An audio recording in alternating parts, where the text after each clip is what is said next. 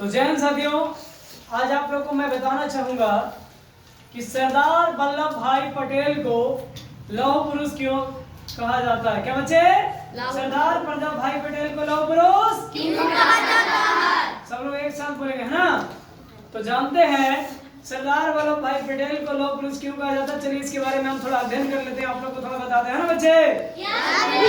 तो समझिएगा, जब भारत आजाद हुआ था 15 अगस्त 1947 रात 11:59।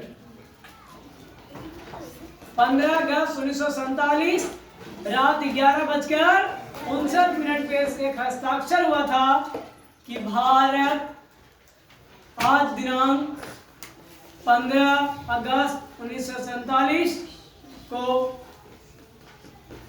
अंग्रेजों द्वारा आजाद कर दिया गया। महारानी विक्टोरिया द्वारा साइन करके इसको दे दिया गया, है ना? आगे समझिएगा, जब आजाद हो गया भारत तो भारत अनेक अनेक रियासतों में बटा हुआ था। अनेक अनेक रियासतों में क्या हुआ था बच्चे? बटा हुआ था। जैसे राजस्थान में सिंधिया परिवार तो अपना एक राज बनाए हुए थे। हैदराबाद में असदुद्दीन ओवैसी के खानदान के लोग अलग अपना बनाए हुए थे। वो लोग अपने राज बनाए हुए थे। छोटा छोटा रियासत, छोटे छोटे राजा थे, है ना? तो सब अपना अपना क्या मानते थे? अपना अपना अलग अलग देश मानते थे। सरदार वल्लभ भाई पटेल ने क्या किया कि सबको जोड़ करके, सबको क्या किया?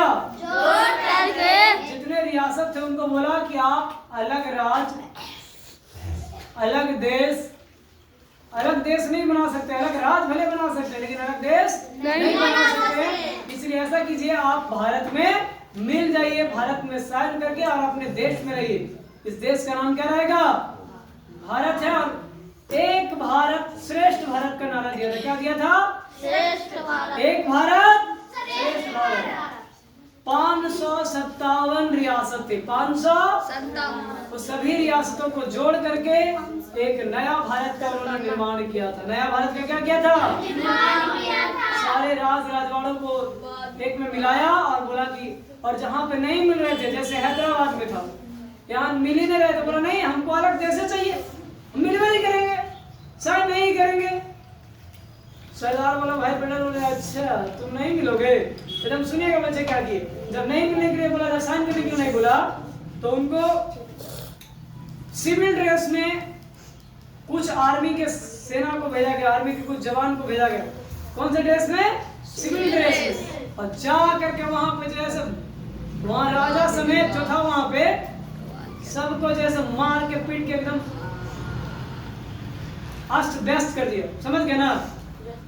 राजा से लेके जितना उसमें मंत्री संतरी सब था, जो उसको सलाह देने वाला था कि अलग देश बनाएंगे, जो सलाहकार था उसका, सबको जैसे मार के चूर के एकदम सीधा कर दिया, एकदम टाइट। और हम साइन कर देंगे, हमको बतवाइए भाई, हम साइन कर देते हैं, भारत में मिल जाएगा, हम भारत में मिल जाएगा। भारत में उन्होंने साइन किया। फिर जम्मू कश्मीर में क्या बात आया, तो जम्मू कश्मीर के राजा था हरि सिंह। क्या था? हरि सिंह। और वहां के जो मंत्री थे वो मुसलमान थे। क्या थे?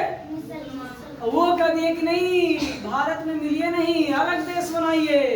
जैसे पाकिस्तान अलग देश मिल गया, वैसे आप भी अलग देश बनाइए।